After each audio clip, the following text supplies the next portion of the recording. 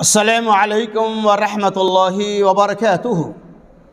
الحمد للہ وحدہ والصلاة والسلام علی من لا نبی بعد، اما بعد۔ اعوذ باللہ من الشیطان الرجیم، بسم اللہ الرحمن الرحیم۔ وتعاونوا علی البر والتقوى ولا تعاونوا علی الاثم والعدوان واتقوا اللہ ان اللہ شدید العقاب۔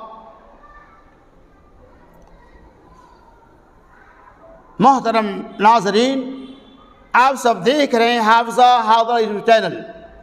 آپ سب کا ہمارے اس چینل میں استقبال اور خیر مقدم ہے۔ میں تمام ناظرین کا بہت ممنون و مشکور ہوں جو ہمارے چینل کو لائک اور شیئر کرتے ہیں۔ میں آپ کی خدمت میں ایک عظیم تحفہ مدرسہ دار التوحید کی شکل میں پیش کرنے کی جسارت کر رہا ہوں۔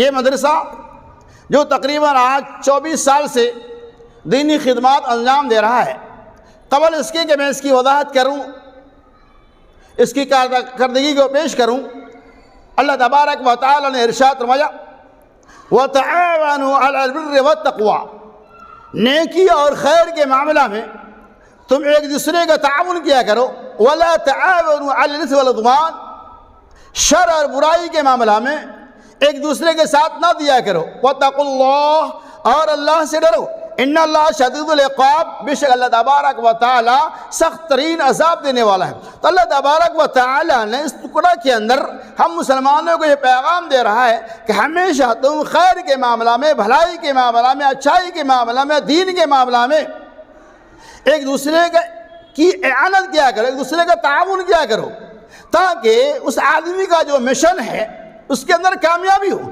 تاکہ وہ جس کام کو آگے بڑھانے کی کوشش کر رہا ہے اس کے اندر اللہ کی بھی مدد ہو اور آپ کی بھی مدد ہو۔ ہر خیر، ہر بھلا کام، ہر اچھا کام جس کے اندر قوم ملت کا فائدہ ہو، ہماری ذمہ داری کا اس کے اندر بڑھ چڑھ کر اس کا تعاون کریں، اور شر کا معاملہ، برائی کا معاملہ جو بھی ہے، جو بھی برا کام ہے، جو بھی شر کا کام ہے، جو بھی زیادتی اور ظلم کا کام ہے، ہم اس کا ساتھ نہ دیں۔ قرآن نے کہا کہ وَلَا تَعَاوَنُوا عَلَى الْإِثْمِ وَالْعُدْوَانِ، گناہ اور زیادتی کے معاملہ میں تم ایک دوسرے کا ساتھ نہ دیا کرو، اللہ سے ڈرو، بے شک اللہ تبارک و تعالی سخت ترین عذاب دینے والا۔ اس آیت سے پتہ چلا کہ خیر کے معاملہ میں ہمیں ساتھ دینا چاہیے اور شر کے معاملہ میں اپنے آپ کو روک دینا چاہیے۔ محترم ناظرین،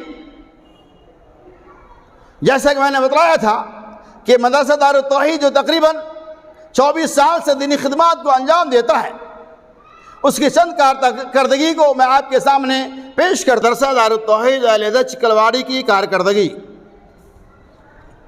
یومیہ درس قرآن، درس حدیث، بعد نماز فجر درس قرآن، بعد نماز عشاء درس حدیث،